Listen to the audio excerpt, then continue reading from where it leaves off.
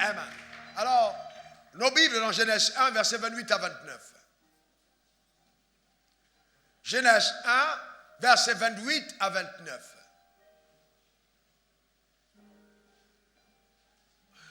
Changer ses pensées, changer sa vie. La Bible déclare, tel homme pense, tel elle est.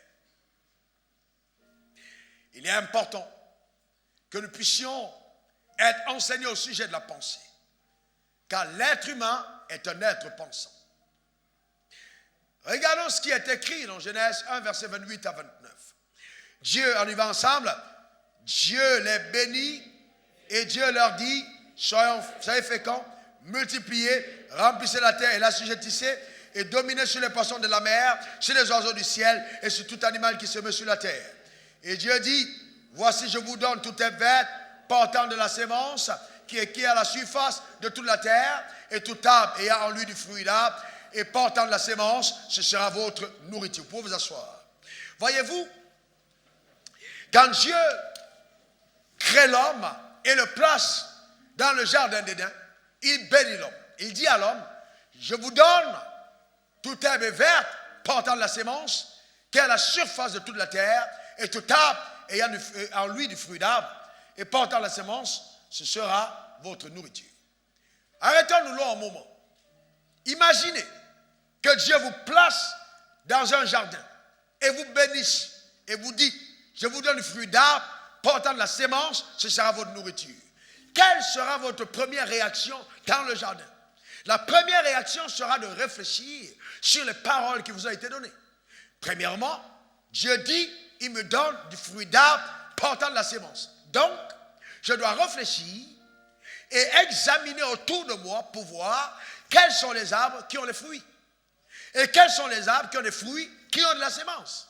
Donc, c'est un travail de réflexion, d'accord, et de méditation. Ensuite, qui pousse à l'exploration du jardin pour ensuite passer à l'action et après jouir de la bénédiction derrière l'action. Donc, Dieu n'a jamais voulu que l'être humain soit un être qui ne réfléchisse pas du tout, non. C'est dramatique de voir comment est-ce que dans nos assemblées, d'accord, les personnes qui ont été instruites, qui sont allées à l'école, qui ont reçu des diplômes, des personnes qui ont même eu de l'expérience dans la vie, qui avant étaient des personnes qui étaient florissantes dans leur système de pensée, les voir devenus totalement stériles en productivité au niveau de leur système de pensée. Pourquoi? Parce que certains, vous voyez, certains de nos messages ont eu tendance à amener le peuple à l'inaction et à l'improductivité dans le système de pensée. Comment imaginer que des personnes d'une position élevée, respectables et respectées dans la société, remettent le sort de leur famille entre les mains d'un gourou, d'un pasteur, sans instruction, sans expérience, au nom de Dieu? C'est abominable. Et vous voyez des gens remettre même leur mariage, remettre leurs finances, remettre leur destinée entre les mains de certains charlatans, sans réfléchir. Non, le fait de croire en Dieu ne vient pas t'empêcher de réfléchir. La réflexion est permise par Dieu d'ailleurs. C'est la raison pour laquelle, quand Dieu a demandé à Abraham de lui donner son fils Isaac, il n'a pas dit de le tuer à la maison. Parce qu'en le tuant à la maison, il allait agir par précipitation. Mais en apportant 3 jours de marche après, il lui donne le temps de la réflexion.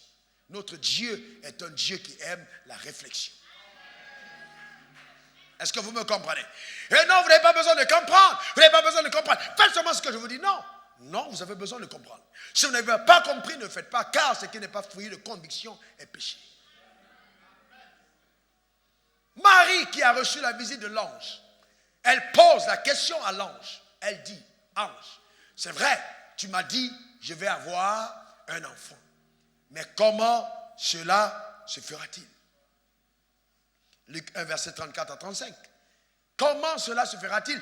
Puisque je ne connais point d'homme. comment peux-tu me promettre que j'aurai un enfant alors que je n'ai même pas encore eu de rapport sexuel? Et que la loi m'interdit d'avoir des rapports sexuels avant de m'être marié. Comment donc j'aurai un enfant? Dieu était dans l'obligation de répondre par l'ange en disant, le Saint-Esprit descendra sur toi et te couvrira de son ombre. Donc, vous voyez, la sagesse et l'intelligence divine nous autorisent de poser des questions intelligentes et sages à Dieu, qui est dans l'obligation de nous apporter des réponses aussi longtemps que nos questions sont posées, gouvernées par une attitude de foi et de confiance. La raison pour laquelle Zacharie a posé la même question en disant, mais comment est-ce que cela va se faire puisque je suis vieux? Et que lui, il a été plutôt frappé par Dieu et devenu muet jusqu'à son miracle, c'est parce qu'il avait posé la question dans le doute. Et Dieu ne voulait plus que Zacharie continue de parler parce qu'en parlant, il pouvait tuer ce que Dieu était en train de faire. Le temps était arrivé et Dieu ne voulait plus perdre son temps. Ça devait se faire là, maintenant. Donc Dieu est un Dieu qui autorise qu'on puisse réfléchir, qu'on puisse penser. Vous voyez, mais qu'est-ce que c'est la pensée? La pensée, c'est l'action par laquelle nous réfléchissons. On s'arrête et on réfléchit. Vous allez vous rendre compte que tout ce qui est fait sans réflexion, d'accord, sera toujours fait de façon désordonnée, de façon improductive. Vous avez besoin de réfléchir. Réfléchir, penser, c'est méditer sur ce qui est réel ou pas. C'est-à-dire la pensée peut te donner de méditer sur quelque chose qui n'existe pas. Eh bien, si la foi amène à l'existence les choses qui ne sont pas comme si elles étaient, ça veut dire qu'on peut faire exister quelque chose par la pensée. Je n'ai pas besoin que quelque chose existe pour penser à la chose, mais je peux penser à la chose pour la faire exister. Est-ce que quelqu'un comprend de quoi je parle? Et c'est ainsi en fait. Si nous voulons donc dire que le surnaturel gouvernera le naturel, nous devons amener nos pensées à être surnaturelles. Car la spiritualité commence d'abord dans notre système de pensée. Tous ceux qui évaluent la spiritualité à l'action sont dans la religion. La spiritualité, c'est d'abord ma manière de penser. Comment est-ce que je pense? Comment est-ce que je pense? Vous voyez, c'est très fort ce que je vous dis ce matin. Très très fort. Vous allez vous rendre compte de quelque chose. L'influence de notre environnement, l'influence du passé sur notre système de pensée. On verra des choses profondes. J'ai dit dimanche passé que la foi est aussi une expérience. Je vais un peu y aller en profondeur, permettre à chacun d'entre vous de comprendre. 1 Samuel 17, versets 8 à 12. Il y eut un Philistin appelé Goliath. Il s'arrêta en s'adressant aux troupes d'Israël, rangées en bataille, et il cria, pourquoi sortez-vous pour vous ranger en bataille? Ne suis-je pas le Philistin? Et n'êtes-vous pas les esclaves de Saül? N'êtes-vous pas, 1 Samuel 17, versets 8 à 12. N'êtes-vous pas les esclaves de Saül? Choisissez un homme qui descende contre moi. Regardez bien, suivez-moi attentivement. Oh, qu'il plaise à Dieu de permettre à chacun d'entre vous de saisir la quintessence de cette révélation. Et il dit, premièrement, n'êtes-vous pas les esclaves de Saül? Vous voyez, il y a un mensonge sur ce point. Ils n'étaient pas les esclaves de Saül. Ils étaient des fils d'alliance avec Dieu. Continuons. S'il peut se battre et qu'il me tue, nous vous serons assujettis. Mais si je l'emporte sur lui et que je le tue, vous nous serez assujettis et vous nous servirez. Continuons. Le Philistin dit encore, je jette en ce jour un défi à l'armée d'Israël. Donne-moi un homme et nous nous battrons ensemble. Saül et tout Israël entendit ces paroles du Philistin et il fut effrayé et saisi d'une grande crainte. Alors qu'est-ce qui s'est passé? Le Philistin a dit, donne-moi un homme qui se batte avec moi. Et alors si je le tue, qu'est-ce qui va se passer? Alors vous serez assujettis à nous. Ils ont commencé à avoir peur. Mais pourquoi ils ont eu peur? Ce gars avait 3,17 mètres de hauteur. Et donc quand on voyait son arme dans le naturel, personne ne pouvait affronter un tel guerrier. Sauf que si je veux avoir le succès dans le naturel, je dois refuser d'ancrer mes pensées sur la base naturelle et de le connecter au surnaturel. Ah ouais. Et c'est à partir de ce moment que je vois les choses différemment. Bien-aimés, écoutez-moi très bien. Si vous êtes appelés à de grandes victoires, vous êtes appelés à une grande destinée, vos ennemis ne seront jamais des nains. Vos ennemis seront des géants, de personnes de haute taille. Allez demander à David. Mais David avait compris. Il s'occupait des brebis de son père. Quand il arrive et il écoute ces paroles.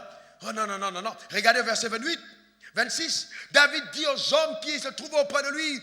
Que fera-t-on celui qui tuera le Philistin? Qui ôtera le propre d'Israël? Qui est donc ce Philistin? C'est ainsi concis pour insulter la mère du Dieu vivant. Voyez-vous? Donc David dit non, c'est pas possible. Ce gars ne peut plus continuer en sorte à ridiculiser l'assemblée, à ridiculiser l'église. C'est pas possible. Nous allons nous tenir contre lui. C'est pas possible. Qui est donc cet ainsi concis? Mais pourquoi il a cette audace?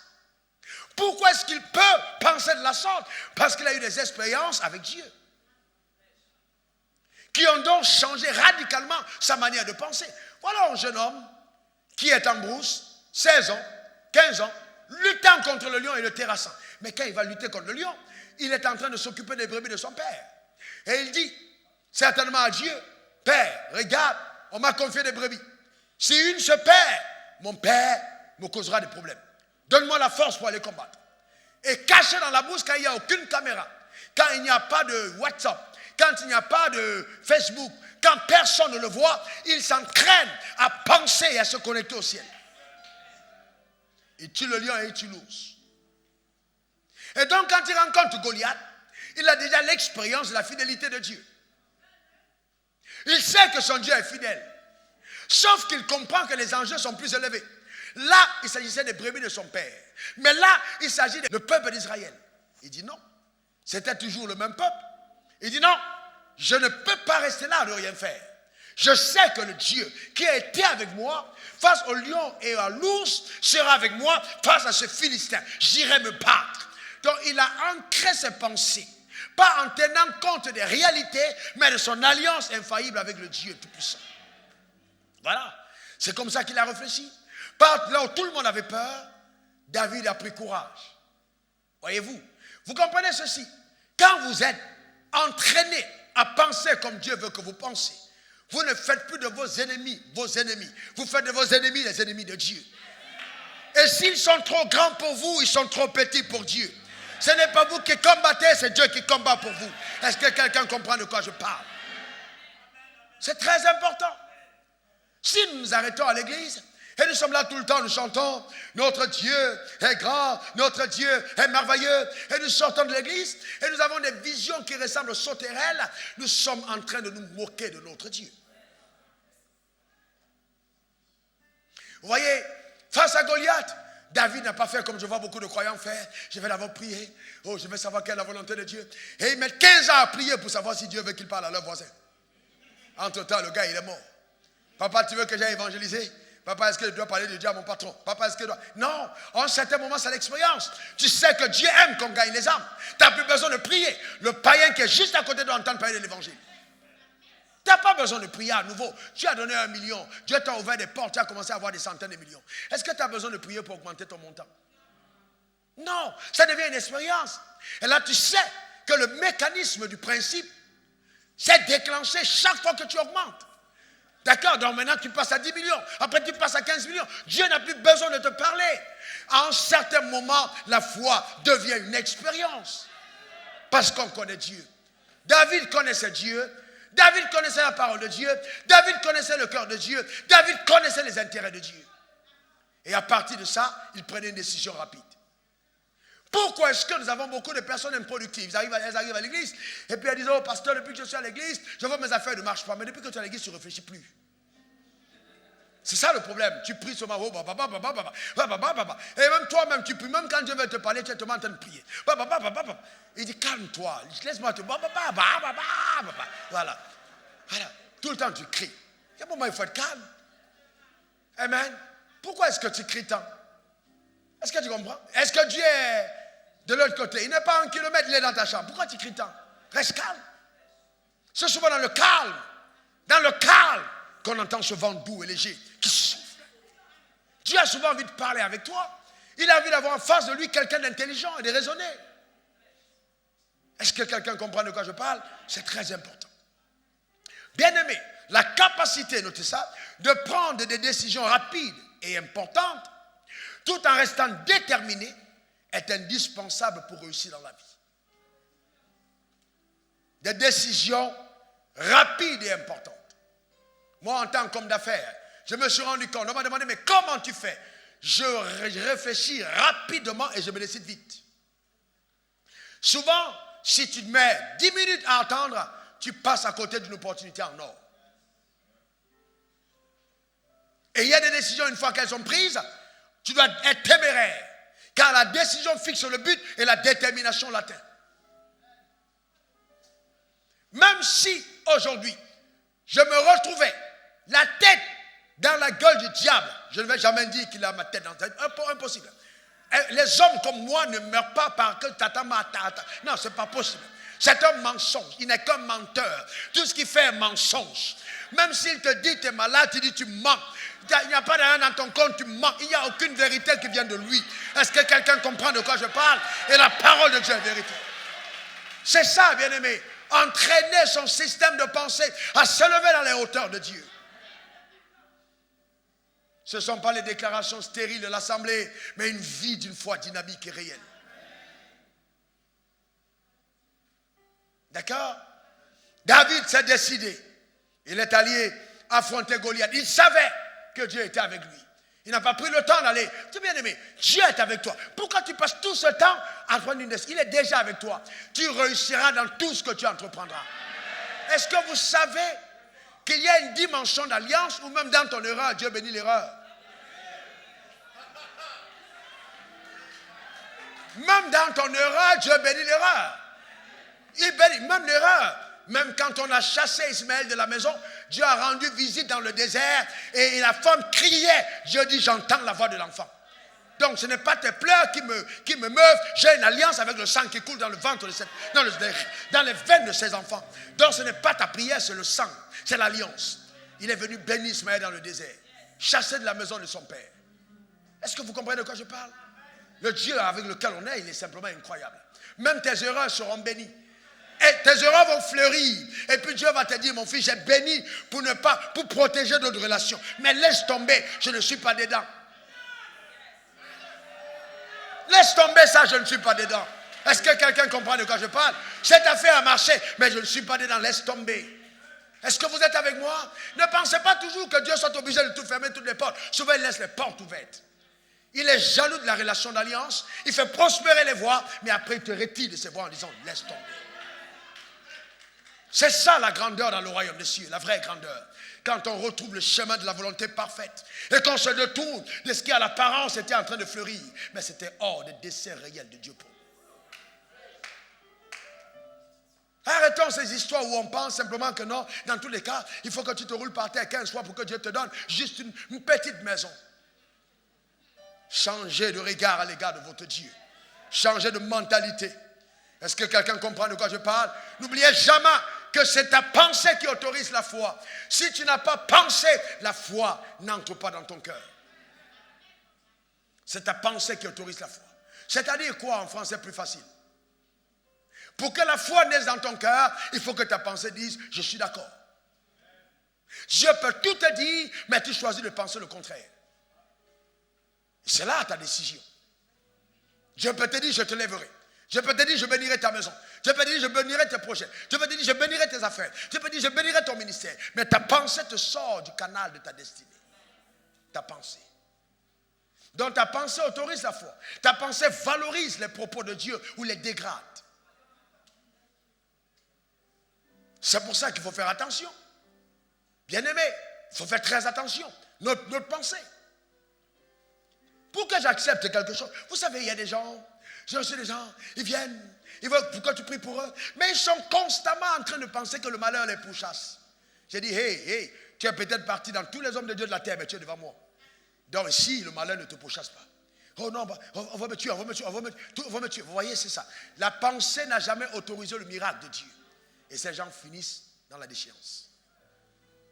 Parce qu'il faut que ta pensée autorise l'action. Dieu ne violera pas ta pensée. Ce qui valorise ce que Dieu veut faire dans ta vie, c'est ta pensée. Est-ce que tu penses vraiment qu'il va le faire? Même quand Dieu en rêve pour toi, il te communique une parole. Il dit, je te lèverai, je ferai de toi une grande chantre. Je ferai de toi telle personne. Mais il faut maintenant que tu entretiennes la parole que tu as entendue. C'est l'information qui vient au-delà de toi. D'accord? Quand tu penses à cette information, elle se change en idée. Et dès que ça devient une idée, il te dit, attention, mets-la sur papier. Il faut que tu t'en souviennes. C'est ta responsabilité de gérer l'information que Dieu t'a donnée. Ce n'est pas la sienne. Je te parle et tu oublies. Il te parle et tu oublies. Pourquoi est-ce qu'il viendra encore te parler? Si tu ne prends pas au sérieux ce qu'il t'a dit. C'est comme ça qu'on voit les gens qui rêvassent tout le temps. Dieu m'a dit ci, Dieu m'a dit ça, alléluia, amen. Et on a des chrétiens qui sont juste dans les humeurs éphémères. Ça, aucune consistance, aucun résultat. Mais je déclare sur ta vie une productivité réelle et la fin de ce cycle mensonger au nom puissant de Jésus. Oh, s'il te plaît, donne-moi le meilleur amen. J'entends le Seigneur me dire ceci. C'est pas parce que j'ai pourvu à tes besoins que ta pensée à mon égard est correcte. Il y a la provision de la subsistance que Dieu te donne par miséricorde, qui n'a rien à voir avec la provision de la foi que Dieu relâche sur ta vie. Amen, que tu saisis par ta propre foi. Les enfants d'Israël ont mangé la manne et la caille qui descendait d'en haut. Personne d'entre vous n'a plus jamais mangé un pain qui est descendu du ciel. Mais ils sont morts dans le désert. Donc, c'est très important.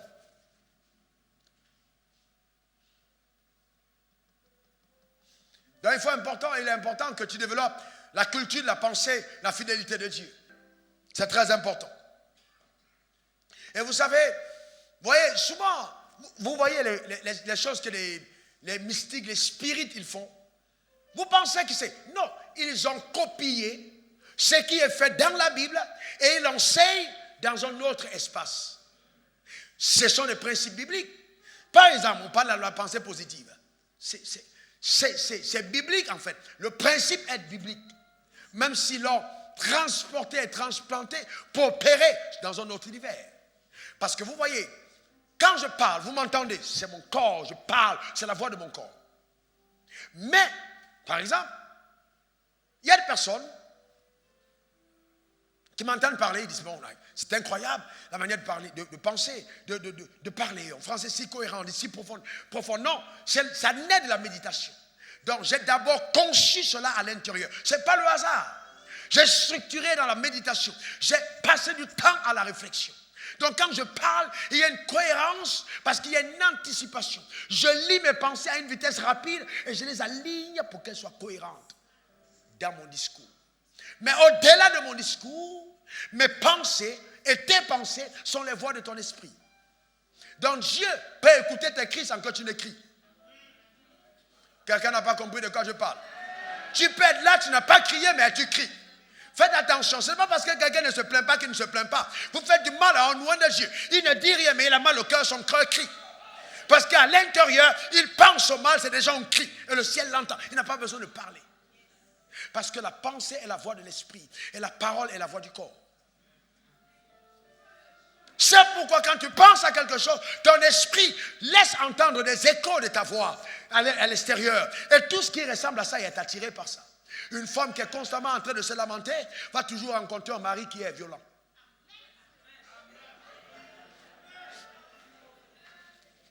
Vous savez pourquoi? Parce que les personnes négatives s'attirent. Il y a des gens, vous savez, comment tu peux être une femme? Ça, c'est étrange. Tu es une femme. Et puis tout le temps, tu es négatif. Si tu te lèves le matin, ton mari te dit bonjour, mais pourquoi tu m'as dit bonjour comme ça? Pourquoi tu as dormi avec le pied de l'autre côté? Pourquoi? Il y a souvent des plaintes que vous entendez, des femmes, vous demandez, mais qu'est-ce qu'il y a? Vous êtes dans les fiançailles, le gars t'appelle. Même ta manière de parler au téléphone, il n'est pas encouragé. Tous les jours, tu es néfaste. Non, pourquoi ça a sonné 3 fois? Après, maintenant, ça sonne 2 fois. Il décroche à 2 fois. Non, pourquoi ça a sonné? Non, il y a des gens qui ont juste des problèmes. Ils doivent en être guéris. Débarrasse de ton cœur ces problèmes et change radicalement. Ton amen est salutaire. Voyez-vous, soyez positifs.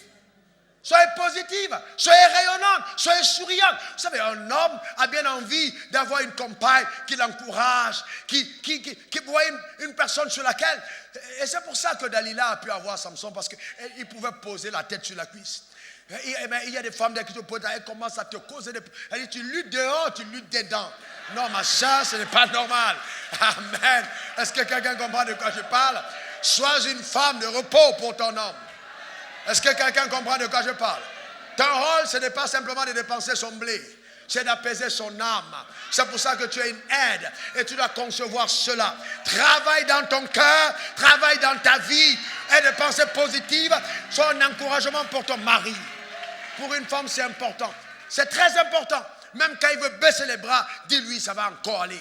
N'oublie pas, l'Éternel est avec toi. Rappelle les succès de ton mari. Parle-lui de ses succès. Dis-lui que tu le vois comme mon héros. Dis-lui que tu vois la main de Dieu sur lui. Sois cette femme qui est capable de parler les choses de Dieu. C'est ce que Dieu veut. C'est ce que Dieu veut. Ne sois ni un Philistin, ni une pharisienne à ses côtés. Le Philistin, c'est le combat. La pharisienne, c'est l'observation pour les cris de la critique. Est-ce que quelqu'un comprend de quoi je parle? Ni un Philistin, ni une pharisienne. Est-ce que quelqu'un est avec moi? Sois une femme. Sois une femme. Sois une femme. Bien aimé, dans le royaume des cieux, toutes les filles ne sont pas des femmes. Sois une femme. Dans ta manière de penser. Dans ta manière de penser. Cet homme est ton homme. Avec bleu ou sans bleu, c'est ton homme. Dans la détresse ou dans la gloire, c'est ton homme. C'est ça une femme. Tu te tiens à ses côtés. Ce n'est pas le contrôle, ce n'est pas la manipulation, c'est pas si, oui, comment tu as fait ça? Pourquoi tu as été la chemise qui coûte tant? Bien aimé, aucun homme n'est à côté d'une femme qui est constamment en train de poser des questions. Si tu as eu des problèmes dans la vie, change ta pensée. Lucien, Marc, Judas, ce n'est pas Josué ton mari. Change ta pensée. Et ça aussi le problème, si tu as eu des Lucien, des Marc, des Jacob, des Séraphins, Archange, avant de rencontrer ton prince, tu auras toujours tendance à croire que ton prince, c'est les anciens. Il faut faire très attention à l'Égypte. L'Égypte est toujours là pour combattre la terre promise. Si quelqu'un a des oreilles pour entendre, qu'il entende. Amen. L'Égypte combat la terre promise. Et c'est la raison pour laquelle Dieu exigeait des femmes qu'elles soient vierges, pour qu'il n'y ait pas d'Égyptiens avant.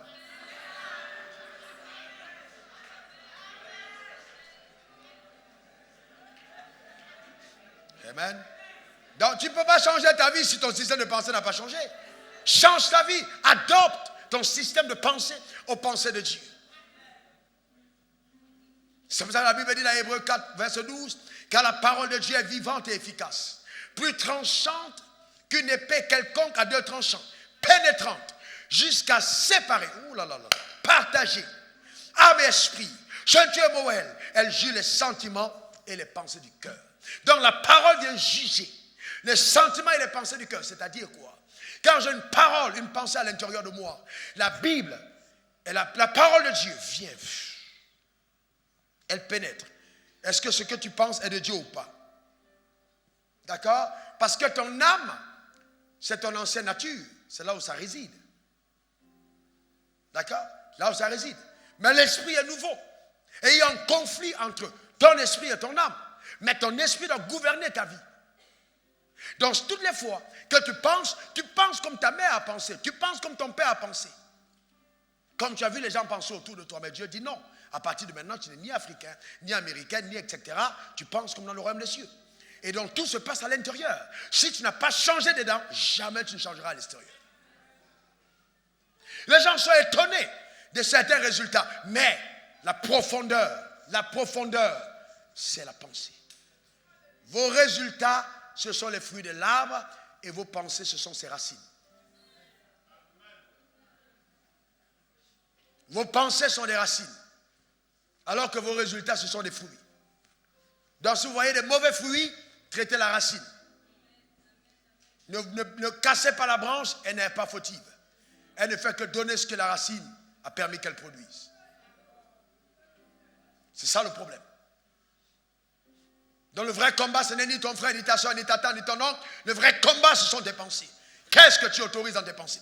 Bien-aimé, je suis le seul qui pense que le diable ne peut rien me faire. Ceux qui sont avec moi, lève la main. Satan, regarde, nous ici, nous sommes bien nombreux. Levez les mains. N'aie pas peur. Satan te regarde. Tu sais bien que tu n'es pas avec lui. Si tu es avec lui, fais attention. Lève bien la main. Alléluia. Il ne peut rien nous faire. Ça va pour chacun d'entre nous?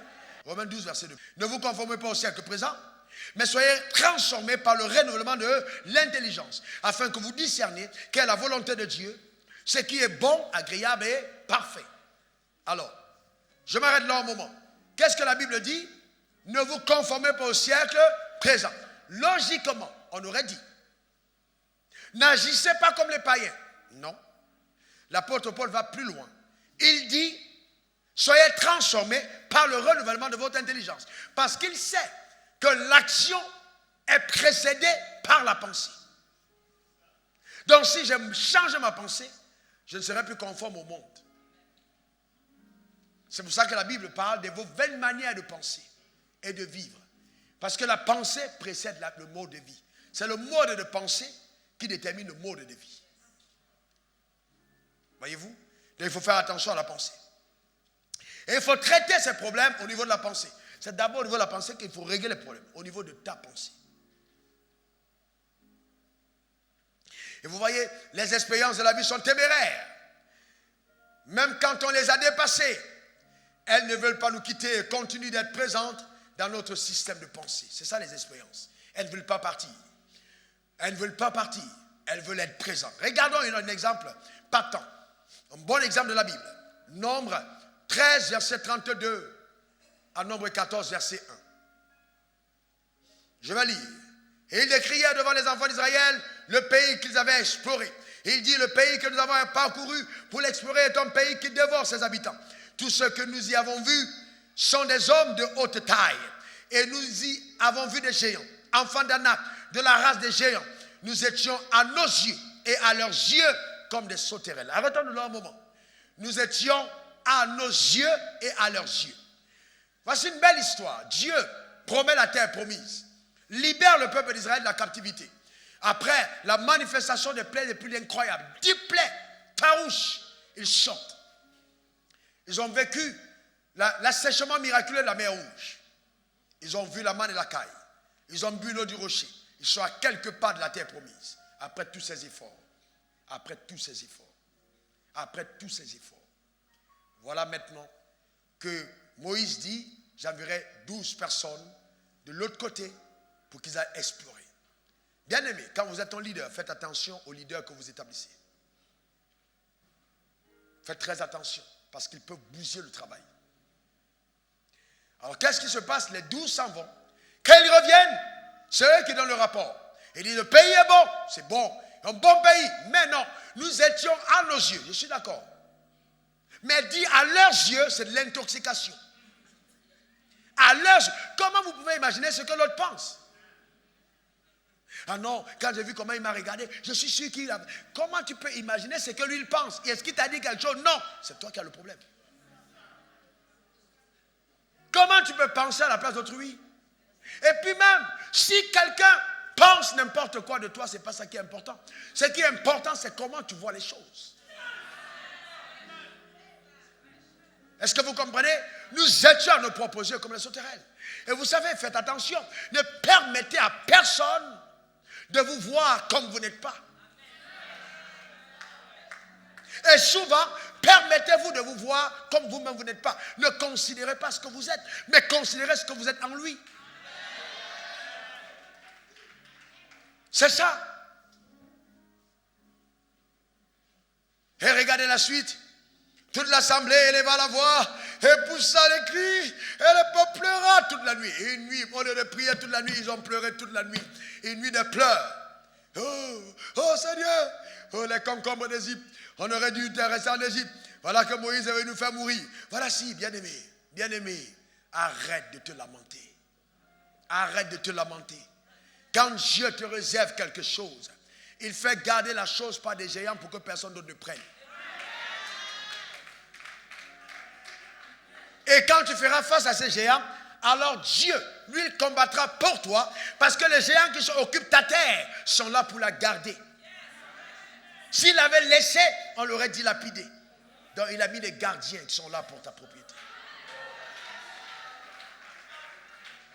Et quand tu arriveras, Dieu saura amener ces personnes à te regarder comme Dieu veut qu'on te regarde. Est-ce que vous savez que quand vous pensez de vous comme Dieu pense à votre sujet, vous entrez quelque part, les gens vous regardent et tout de suite, on dit monsieur, asseyez-vous là. On commence à t'accorder la considération. Pourquoi? Parce que toi-même, tu te respectes. Prends-toi au sérieux.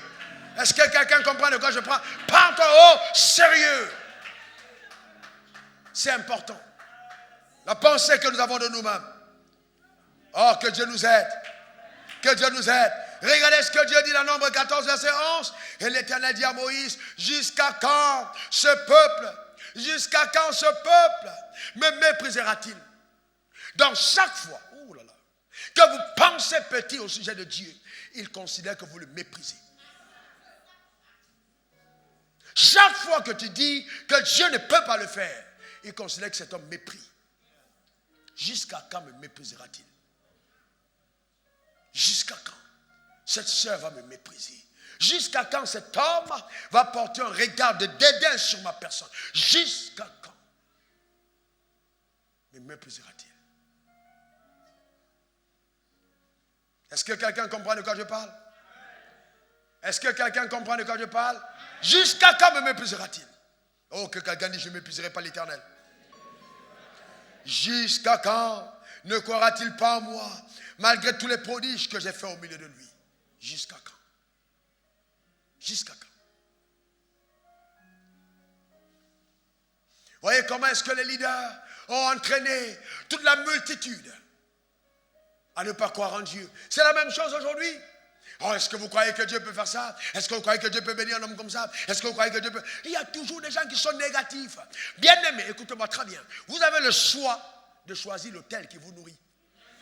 Je suis sérieux. Si un autel ne correspond pas aux aspirations de votre âme et empoisonne votre destinée, sortez de l'église en fuyant. Vous ne pouvez pas hypothéquer votre futur en écoutant tout le temps les discours de quelqu'un qui n'a pas envie d'aller loin. Est-ce que vous comprenez? Vous ne pouvez pas être à l'église le dimanche et rentrer à la maison remplie de doutes et perturbée. Non, l'église n'est pas un endroit où on vient pour être perturbé. C'est un endroit où on vient pour être encouragé. C'est un endroit où on vient pour recevoir la parole qui nous amène à posséder notre héritage. Ce n'est pas un endroit de doute, bien aimé.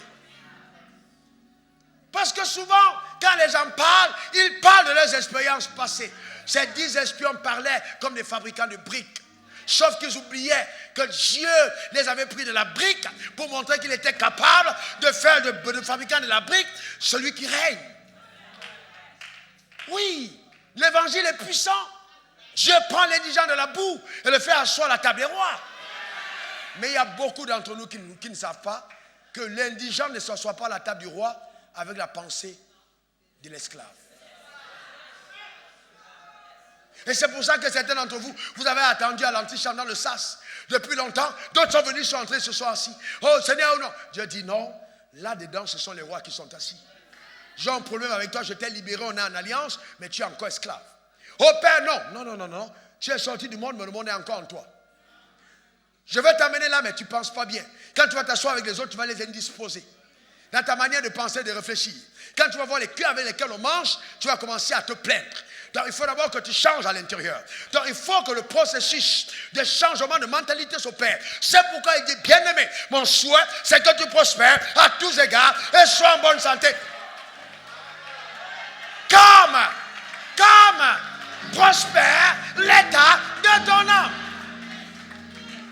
Ça veut dire que si mon âme a prospéré, la prospérité suivra.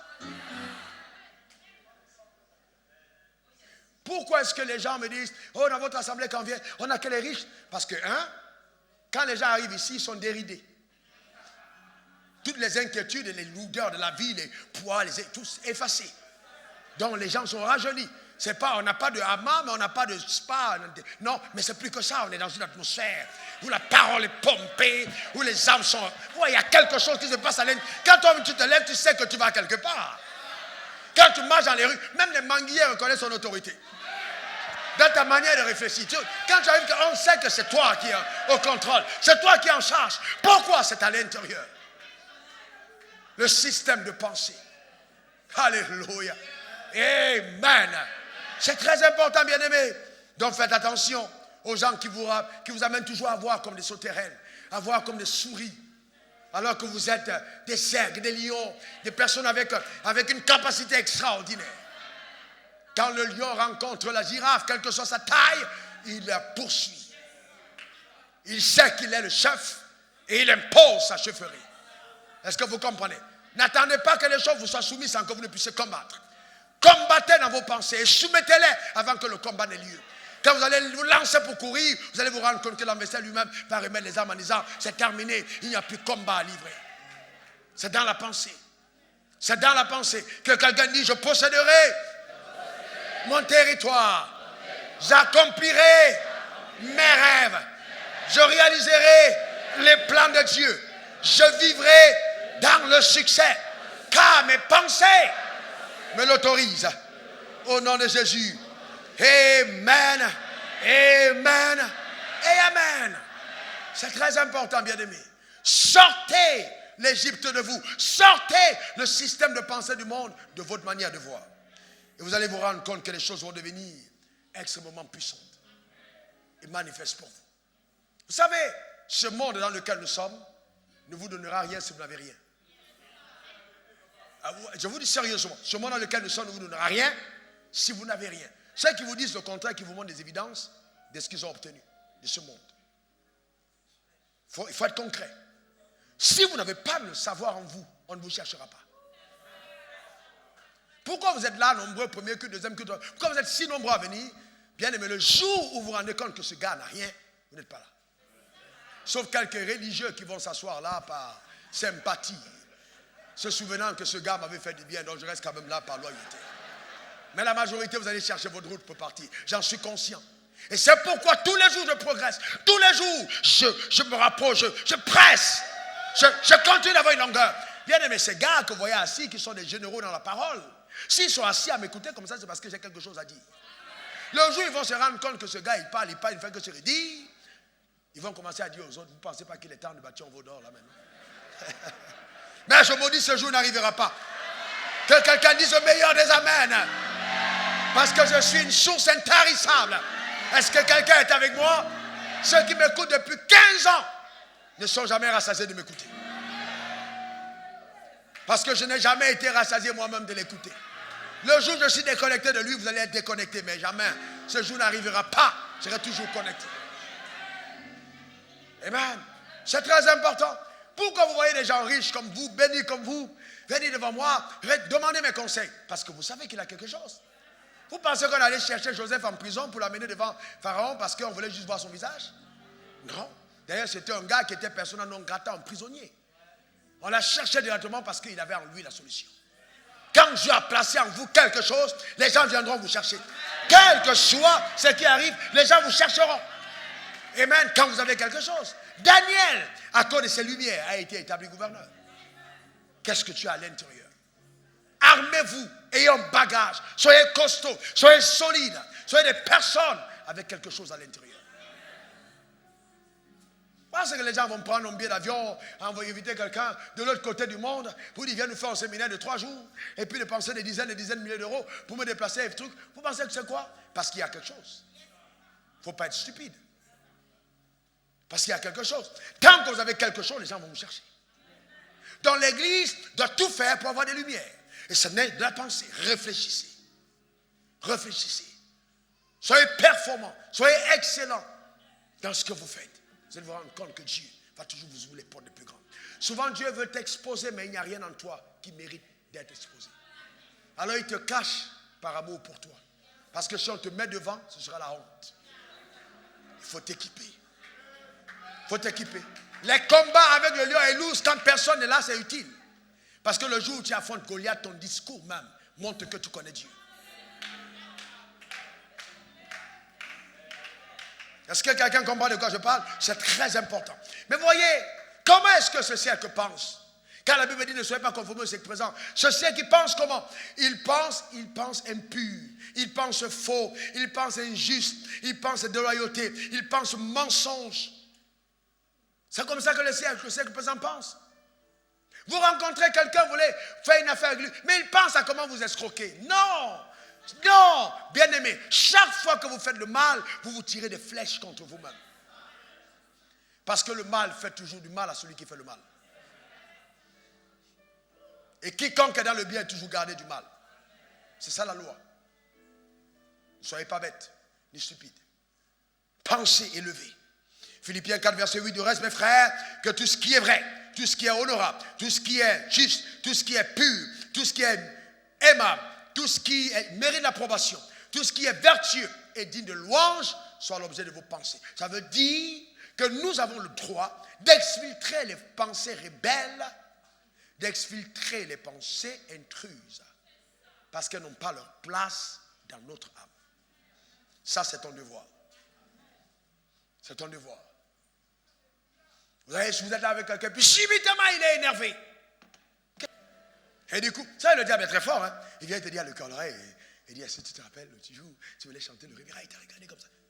Ça fait 3 ans. Et puis subitement tu es. Vous voyez? Mais c'est à toi de bloquer les pensées.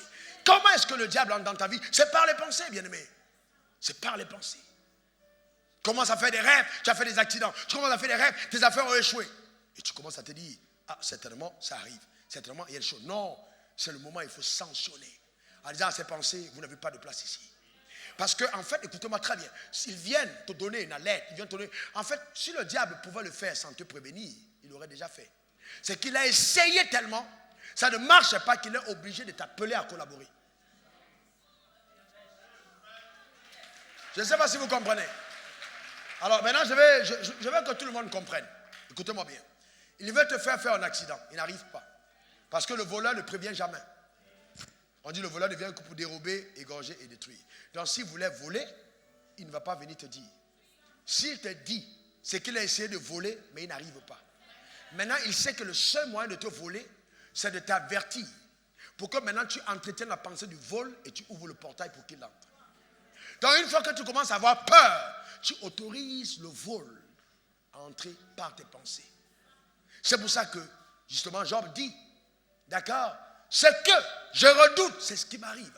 Donc quand mes pensées vont dans le mal, et je crois que le mal arrive, ça arrive parce que j'ai autorisé le mal. Ah, que quelqu'un déclare sur sa vie, le malheur ne m'arrivera pas. Alléluia, dis-le encore. Confesse-le encore. Alléluia. Amen. Voyez, voilà comment ce siècle pense. Ensuite, ce siècle, il pense en se limitant au naturel. Quand tu veux faire un projet, on te demande tu as combien? Vrai ou faux? Après ça, bon, tu as combien entre les mains? C'est parfait. C'est bien. C'est logique. C'est mathématique. C'est même très économe. Vu économiquement, c'est bien fait. Sauf que les lois de Dieu, les lois du ciel ne respectent pas toujours celles de la terre. Je peux bâtir la plus grande entreprise sans avoir un centime. Mais, écoutez-moi très bien, si je n'ai pas un seul centime, mes pensées peuvent faire venir à moi tous les milliards dont j'ai besoin. Donc ce n'est pas l'argent qui manque, c'est la pensée qui manque. Est-ce que je crois? La pensée autorise la foi. Est-ce que je crois? Est-ce que je crois? Donc, bien-aimé, j'ai fait une chose dans la vie. J'ai décidé de ne pas amener ma vision à me ressembler. Parce que je ne suis pas grand de taille. Je n'ai pas 2 mètres, 3 mètres de taille. Donc si j'ai une vision de ma taille, elle ne sera pas grande. Donc je ne rêve pas au niveau de mes capacités. Parce que je ne suis pas omnipotent. Il y a des choses que je ne peux pas faire. Je rêve au-dessus de mes compétences. Et c'est pourquoi, à cause de mon rêve, les personnes compétentes viennent autour de moi. Donc je n'ai pas peur d'elles parce qu'elles sont compétentes, mais j'ai besoin d'elles parce qu'elles sont utiles pour réaliser le rêve dont je n'ai pas les compétences. Vous voyez, quand vous êtes un leader et que vous êtes en insécurité, dès que vous voyez des gens qui ont certaines aura, vous commencez à avoir peur. Non, donnez-leur la place. Si quelqu'un peut prêcher, qu'il prêche. M'asseoir, c'est quelque chose de fabuleux et d'écouter. Je n'ai aucun complexe, je n'ai aucun problème. Et si même quelqu'un se lève dans la flamme, moi j'allais me positionner au Pougon, je laisserai de ce côté. Il y a tellement de personnes à gagner. Je n'ai aucun problème. Dans tous les cas, soit je le quitte volontairement, soit un jour je quitterai sans m'attendre. Il y a toujours un départ. Donc autant partir soi-même. Vous savez, c'est ça la grandeur dans l'esprit. Ne soyez pas petits. N'ayez pas peur de nouveaux défis. Ne vous limitez pas aux petits exploits. On est là, environ 2500 dans l'assemblée. Vous pensez que c'est quoi ça? C'est rien du tout. Les gens sont pleins partout, embouteillage partout. Tout. On doit gagner les âmes. Je ne peux pas me contenter de faire être des rois dans une assemblée comme la vôtre. On a besoin de plus que ça. Il faut voir grand. Il faut voir grand. Et vous savez, c'est très important. Et vous voyez, et ce monde, il pense trop petit. Regardez ce que Dieu m'a fait. Comment est-ce que Dieu a changé mon système de pensée? Non, Dieu est simplement incroyable. J'étais là, je commençais les affaires en 2002. Et puis Dieu a commencé à me bénir. J'avais des revenus, millions, etc. Quelques dizaines de millions. Et j'étais déjà très content. Pour un gars qui sort de 15 000 francs de salaire pendant des années, commencer à toucher le million, tu as l'impression que tu es le pape de l'argent. Et ça commence à te donner l'impression que tu es quelqu'un d'arrivé. Est-ce que vous comprenez? Alors, Dieu a commencé à me bombarder dans la tête de nouveaux chiffres. Et je voyais des chiffres, des milliards. Après, je dis à ma femme, je n'arrive pas à comprendre ce qui se passe. Chaque fois que je ferme les yeux, je veux dormir, je vois les milliards, je vois les chiffres qui circulent. Et puis Dieu un jour m'a dit, je veux que tu élargisses les cordages de ta tente. Je veux que tu me permettes de faire ce que je veux faire. Tu penses trop peu. Tu me limites trop. Permets-moi d'agir. J'en ressors. Dans le ciel, les chiffres que tu vois là, c'est stocké là-bas, c'est pour toi, dans ton compte. Laisse-moi transférer ça. Ta pensée me limite. Je pense trop peu. Je ne peux pas violer ta pensée. Si tu n'as pas pensé au milliard, comment je te rendrai milliardaire? Pense au milliard. Commence à penser. C'est Dieu lui-même qui m'a enseigné. Une autre fois, je raccourcis le témoignage. C'est juste l'école de Dieu, c'est terrible. J'arrive en France et on annule mon billet. Business. C'était un billet business. J'appelle le gars qui a mis le billet. Il me dit, il me rappelle. Le temps ne fait que passer, le lendemain, je dois prêcher à l'église. Je regarde. Je l'appelle. Il dit, lundi, on te donne un nouveau billet. Je réfléchis. Après, je demande ce n'est que faire. Et il dit simplement, entre prêcher demain et l'argent, à tes yeux, qu'est-ce qui est plus important? J'ai dit prêcher. Il me dit, paye un billet. Et vous savez, payer le billet le jour J, c'est comme si vous payez un billet aller-retour. Juste en est simple. Je paye le billet. Dès que je termine de payer le billet, il me dit, n'oublie jamais que c'est l'argent que tu as dépensé qui t'appartient. Ce que tu as gardé m'appartient. Vous savez, pendant longtemps, j'avais pensé que je suis riche parce que j'ai de l'argent dans les comptes. Dieu me dit non, tu es riche parce que tu as dépensé ce que tu as dans les comptes. Comment est-ce que le monde pense? Je suis riche parce que j'ai tel milliard. Dieu dit non, on est riche parce qu'on a dépensé ce qu'on a. En fait, Dieu te juge en fonction de ce que tu dépenses. C'est pourquoi il dit, la veuve l'a donné tout ce qu'elle avait pour vivre. Et il attire l'attention des gens sur elle. Alors que les autres n'ont donné que de leur superflu. Donc il évalue ce que tu donnes en fonction de ce qui reste. Et si tu meurs, c'est pour ça que quand tu meurs, riche, les gens ont tendance à oublier ton cadavre, vous commencez à discuter tes biens. Pourquoi? Parce que justement, les biens à leurs yeux ont plus de valeur que toi. Tu es même là, les gens se disputent souvent, ils se bagarrent, ils tombent même sur le cadavre, on pousse, on dit, et puis on commence encore à se battre. On te pousse de côté. On lutte sur ton blé. Est-ce que quelqu'un comprend de quoi je parle? Et donc une telle personne était à l'assemblée et puis il y avait un programme. Il n'a pas donné l'argent, il arrive au ciel. Jésus arrive au ciel, Jésus le regarde comme ça. Qu'est-ce que Jésus peut dire? Toi là, Jésus, comment tu es si stupide? Tu n'as pas vu qu'on avait besoin de choses sur la terre? Comment tu es si stupide? Qu'est-ce que tu as fait de l'argent qu'on t'a donné? Te voici ici. Tu regardes ce qui se passe là-bas. Regarde ta femme, elle a épousé ton chauffeur. Tu fais comment maintenant? Il dit, Dieu, laisse-moi rentrer sur la terre. On va aller regarder trop tard. Quelqu'un d'autre est au contrôle de cette richesse. Ce que tu as dépensé, c'est ce qui t'appartient. Ce que tu as laissé, c'est ce qui est à moi. Ça change tout. Est-ce que quelqu'un comprend de quoi je parle? Ça change tout, bien-aimé. Amen. Donc, autant, maintenant, il y a des gens qui sont riches qui ne peuvent pas s'acheter une belle chemise. Une belle chaussure. Je connais des riches qui ne peuvent pas dormir sur des beaux draps. Et tout le temps, il y a les boutons. Ce n'est pas les attaques de moustiques, c'est le drap. Le drap à nylon, le drap fatigue son corps, mais il a l'argent. Il ne peut pas changer. C'est la pauvreté. Est-ce que quelqu'un comprend de quoi je parle? C'est très important. Bien, écoutez-moi bien, ça c'est le vrai problème. Vous savez, quand Dieu a commencé à me parler de la pensée, sérieusement, j'ai décidé maintenant, chaque année, je choisis un hôtel, au moins 5 étoiles, en montant un bel hôtel, pour une belle suite. Je vais avec ma femme. Je dis, bon, on vient ici, pas pour prier, pas pour jeûner, mais pour penser. Non, sérieusement, parce que juste pour penser. Parce que vous devez savoir ceci. Si vous restez dans la même chambre, dans le même périmètre et vous voulez penser, il y a de fortes chances que vous soyez limité. Ce n'est pas pour rien que, avant qu'Adam ne vienne, Dieu a arrangé la terre. Parce qu'il lui a mis un environnement qui est paradisiaque pour qu'il pense comme un roi. Il est probable que c'est ta chambre qui te cause des problèmes. Le lit sur lequel tu dors, il n'y a plus de peinture, le mur est tout, les traces. Non, non, ça c'est pas possible. Comment tu peux penser comme un roi dans un endroit pareil? Est-ce que quelqu'un comprend de quoi je parle?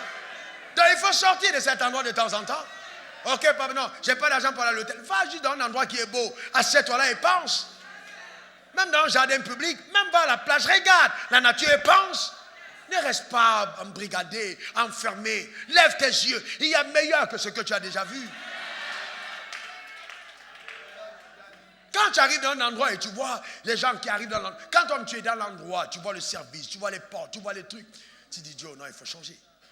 Non, là, tu es révolté, tu dis non. Tu vois, il y a des gens qui dorment à l'hôtel, ils rentrent chez eux, ils sont fâchés. Parce que la chambre d'hôtel et leur chambre, ce n'est pas la même chose. Donc j'ai dit à ma femme, change-nous la chambre. On doit avoir une chambre 7 étoiles. Comme ça, quand je dors à l'hôtel, je rentre chez moi, je suis à l'aise. C'est l'endroit où je rêve, c'est l'endroit où je pense. Est-ce que quelqu'un comprend de quoi je parle? C'est normal. Permettez à vos pasteurs d'avoir de beaux bureaux, de bons environnements. Quand ils pensent bien pour vous. Jean-Baptiste était dans le désert, ses messages étaient trop durs. Il y avait trop de chaleur, il pensait seulement. Frappez. Est-ce que quelqu'un comprend de quoi je parle? Amen.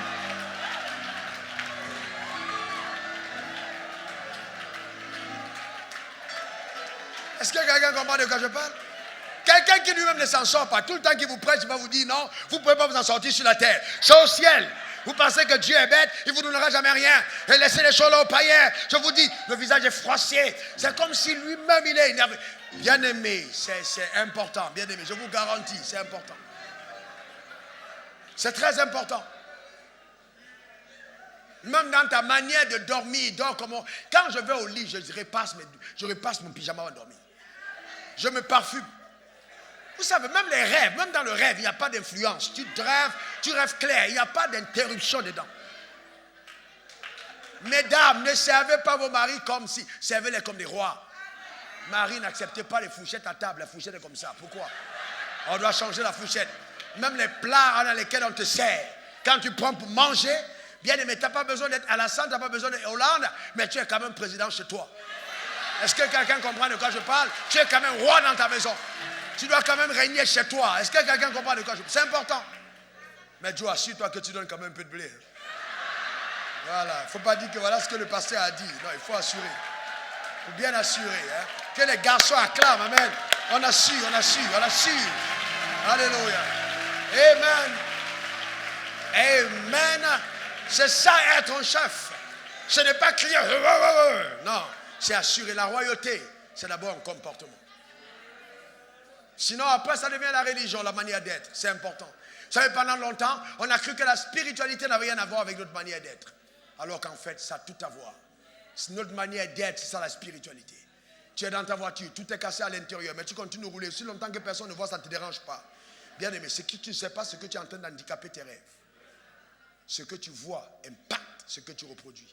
Même chez les animaux, quand on a mis les branches dans l'eau, quand ils buvaient, elles se reproduisaient tachetées. Il ne faut pas t'acheter tes rêves.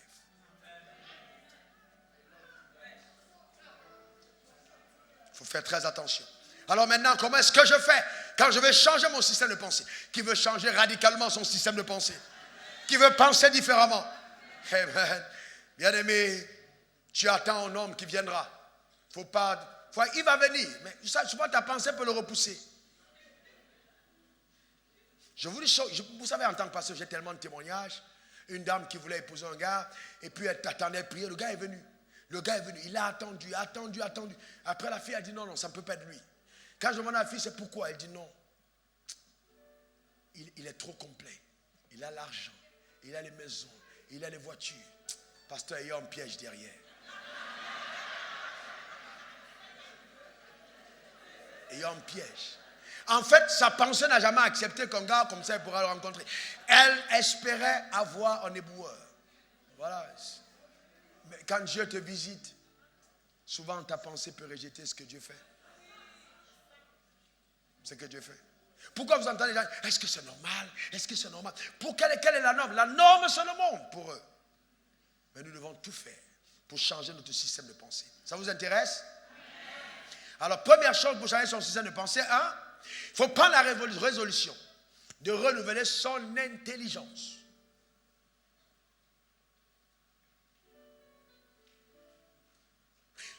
La résolution de renouveler son intelligence par la méditation.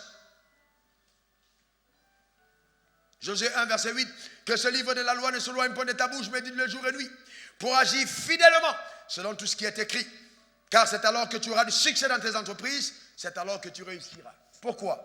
Parce que le livre de la loi permettra à tes pensées de changer. Vous voyez, la méditation est dans le processus journalier par lequel nous confrontons notre système de pensée à celui de Dieu.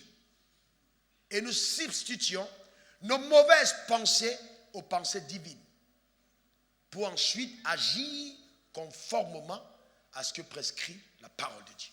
C'est ça. Donc, je change personnellement mon système de pensée. Ça veut dire quoi, par exemple? Je suis assis avec ma Bible et je suis en train de la méditer. Et je découvre dans la parole de Dieu qu'il est écrit, tu ne voleras point. D'accord? Et je me rends compte que je viens juste de voler dans les caisses de l'État, quelque chose. Ou alors j'étais tenté de le faire. Qu'est-ce que je fais? Je dis non, Seigneur, pardonne-moi d'avoir pensé au vol. Je découvre dans ta parole que voler n'est pas bon. Alors je déclare sur ma vie, Raoul n'est pas un voleur. Je ne volerai pas. Satan, tu es un menteur. Je refuse ces pensées de vol, je ne volerai pas. C'est un processus personnel. C'est un combat spirituel, réel, où tu confrontes tes pensées à la vérité. Mais si vous ne le faites pas, et que vous attendez seulement le dimanche pour être à l'église, comment voulez-vous avoir le meilleur du ciel? Si vous ne pouvez pas changer vous-même radicalement votre système de pensée. D'accord? C'est ça par la méditation. Et c'est aussi par là qu'on appelle les choses qui ne sont pas comme si elles étaient. Je suis là dans mon business. Mon chiffre d'affaires est de peut-être 10 millions par an. Mais je déclare, parce que j'ai vu dans la parole de Dieu, que l'Éternel me comblera de bien. Je déclare sur mon business que ce que l'Éternel déclare est vrai. C'est la méditation, j'adopte, je transforme les choses en les ajustant à la norme de la parole. Et c'est pourquoi on n'a pas beaucoup de croyants forts. Parce qu'on nous a appris à venir à l'église pour assister au spectacle. D'accord? Et donc quand les gens rentrent, ils n'ont rien en eux. Oh, comment était le culte? Puissant! Ah non, le pasteur Joe, il est fort. Quand il prêche, il lève la main comme ça, il fait comme ça. Quand tu as retenu, c'était puissant. Les gens ont dansé. Alléluia. Amen. Terminé. Pendant 1 an, on a dansé. Bien aimé, pendant ce temps, les démons aussi ont continué de danser autour et de faire la fête parce qu'ils savent que ta danse à l'église, tant que tes pensées n'ont pas dansé dedans, ils sont sortis.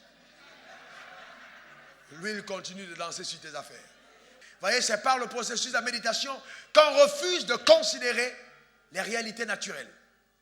Abraham ne considéra pas que son corps était déjà usé. Pourquoi? Parce qu'il méditait sur la promesse. Alléluia. Donne-moi le meilleur de tes amens. Amen. Alléluia. Amen. Quels sont ceux parmi vous qui sont prêts à faire ça? C'est douloureux, mais il faut le faire. Amen. Voyez, donc, 2, prends la résolution d'obéir strictement à la parole de Dieu, que nous connaissons, sans nous borner par nos faux raisonnements. Parce que souvent, nous raisonnons. Bon Dieu a dit ça, oui, mais est-ce que vraiment on doit faire? Est-ce que je ne peux pas attendre pour faire? Non. Une fois que tu as découvert la vérité, tu l'appliques. La vérité n'a pas été faite pour que tu puisses juste la découvrir, mais c'est pour vivre avec elle. Bon, Dieu a dit ça, mais bon, est-ce que ça s'applique encore au monde contemporain d'aujourd'hui? Non, Dieu est le même hier, aujourd'hui, éternellement. Enfin, il y a tellement de faux raisonnements qui justement nous amènent justement à ne pas appliquer la parole de Dieu, selon Jacques 1, verset 22. Et là, c'est un processus douloureux. Parce que chaque désobéissance, notez-le, est une victoire éclatante du système de pensée du diable au travers de nos membres. Chaque désobéissance est une victoire éclatante du système de pensée de Satan au travers de nos membres. Donc nous devenons des instruments de son système de pensée par la désobéissance. C'est ça la rébellion. Parce que là, on adopte la pensée ennemie. Vous voyez, c'est ça. Ensuite, il faut mener une vie de prière et d'adoration. Une vie de prière et d'adoration. Prier, c'est important. Vous savez, j'aime la prière. Priez jusqu'à ce que quand le moment d'arrêter la prière arrive, vous êtes dérangé d'arrêter. Criez, aimez la prière, aimez l'adoration dans sa présence. Abraham était un adorateur. C'est pourquoi, face aux circonstances de la vie, il ne voyait pas les choses comme les autres. Il a pris son fils pour aller sur la montagne. Et il dit, moi et le fils, nous allons pour adorer. Il comprenait qu'une offrande, un sacrifice est plutôt un acte d'adoration et pas une perte. C'est une allégeance à Dieu, son Créateur. Une soumission à ses ordres. C'est ça justement l'adoration. C'est ça l'adoration. Et vous voyez, quand vous êtes dans le moment d'adoration, il y a mon fils. Vous êtes en train de lever les mains vers le ciel, vous adorez, vous levez les mains, vous adorez le Seigneur. Vous voyez, dans sa présence, quand vous êtes en train d'adorer, il y a comme ces, vous voyez, comme ces nuages-là qui descendent dans sa présence. Vous êtes en train de baigner sous une nuée de quelque chose qui se passe. C'est-à-dire, il y a une atmosphère qui est créée. Et quand vous sortez de là, vous sortez avec l'odeur de sa présence. Parce que Dieu siège dans la louange de son peuple. Et dans cette présence, vous obtenez les idées divines. Vous êtes inondé de sa vie. Et vous voyez, sa présence agit jusque dans votre âme. Vous cédez votre cœur à Dieu en disant, je fais allégeance. Et donc, vous demandez, et de façon même inconsciente, aux pensées qui ne sont pas de Dieu, de ne plus avoir prise sur vous. Parce que vous avez fait le choix de vous abandonner entre ses mains. C'est ça la différence entre ceux qui chantent et ceux qui adorent. On a beaucoup de chanteurs, mais très peu d'adorateurs. Le chanteur, c'est sa voix. L'adorateur, c'est son cœur. Le chanteur, c'est ses mots. Alors que l'adorateur, c'est l'expression de son âme, de son cœur à Dieu. C'est pour ça que David disait, mon âme bénit l'Éternel. Mon âme n'oublie aucun de ses bienfaits. Pourquoi? Parce qu'il était un adorateur. L'adorateur est inspiré, alors que le chanteur est influencé. C'est pourquoi, tu peux y aller, toi tu es un adorateur, c'est pourquoi vous avez dans les églises beaucoup de chants qui sont rechantés, parce qu'on a beaucoup de chanteurs. Et nous confondons souvent la beauté de la voix à la présence de Dieu. Pipo. Est-ce que quelqu'un comprend de quoi je parle? Non, je peux avoir une belle voix, mais avoir un mauvais cœur. Est-ce que quelqu'un comprend de quoi je parle? Oui. Non, mais l'adoration, c'est le cœur. Je suis dans sa présence. Bien aimé, quand vous rencontrez un adorateur, vous le savez. Quand vous rencontrez quelqu'un qui rencontre Dieu, vous le voyez. Même l'éclat qu'il dégage, vous savez que cette personne est avec Dieu. Il dégage ou elle dégage autour de lui ou d'elle un certain aura. Une certaine splendeur. Et cette personne, tout de suite, quand vous la rencontrez, cette personne suscite en vous le respect. Quand vous commencez à vous rendre compte autour de vous que les gens commencent à vous mépriser, à ne plus vous respecter, checkez votre adoration, checkez votre intimité. Quand vous lâchez la relation avec Dieu, les choses vous lâchent. Et j'ai appris, même en tant qu'homme d'affaires, je ne me bats plus pour les contrats, non. Les contrats se battent pour moi. Oh, que cela soit ton partage au nom suprême de Jésus. L'adoration va venir vers toi, ce que le ciel t'a réservé. L'adoration inonde de ta vie des choses les plus incroyables. Bien-aimé, l'adoration, c'est la seule chose que Dieu ne veut pas que quelqu'un d'autre le fasse en dehors de toi. C'est ce qu'il attend. L'adoration.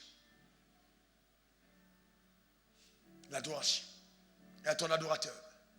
Et ensuite, choisir, n'est-ce pas, ses pensées. C'est un choix. C'est un choix. Je peux choisir mes pensées. Lève ta main droite, dis, je vais choisir mes pensées dorénavant. Oh, dis-le avec autorité, je vais choisir mes pensées. Dis-le encore, je vais choisir mes pensées. Bien-aimé, je vais vous dire la vérité. J'ai fait le choix de la réussite. J'ai fait le choix. Sérieusement, j'ai choisi. J'ai dit, je vais réussir. Il y a des versets bibliques, quand je les lis, je choisis de ne pas m'y attarder. Par exemple, et Dieu frappa la femme de Lot, elle devient une statue de sel. Ça ne me concerne pas.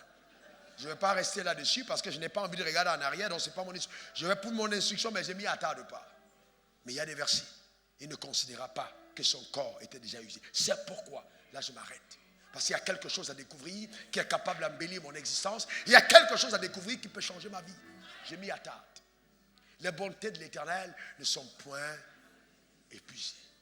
Je m'arrête là et je réfléchis. Elle se renouvelle chaque matin. Ne vous inquiétez de rien. Car en tout temps, Dieu pourra à vos besoins, selon sa richesse. Vous savez, toutes ces choses, je pense et je médite. Parce que là, c'est ce que je recherche. Vous voyez, c'est très important que de m'attarder sur les choses qui n'apporteront rien à ma vie.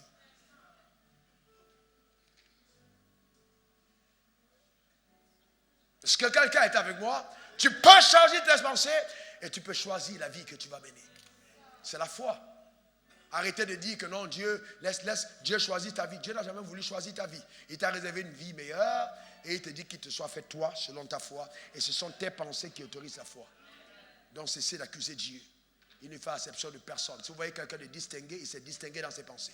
Si vous voyez quelqu'un de minable, il a été minable dans ses pensées. Tout part de l'intérieur. Ne pensez pas que juste un doigt posé sur votre tête va vous amener à être un géant. Non. Au-delà de ça, il faut que quelque chose se passe. Une imposition des mains qui ne t'amène pas à penser différemment n'a aucun impact. Il faut que tu changes. Parce que même si la chose doit venir, il faut que quelque chose se passe dedans. Est-ce que ça va pour chacun d'entre nous? Que Dieu bénisse ton âme. Que Dieu bénisse ta vie.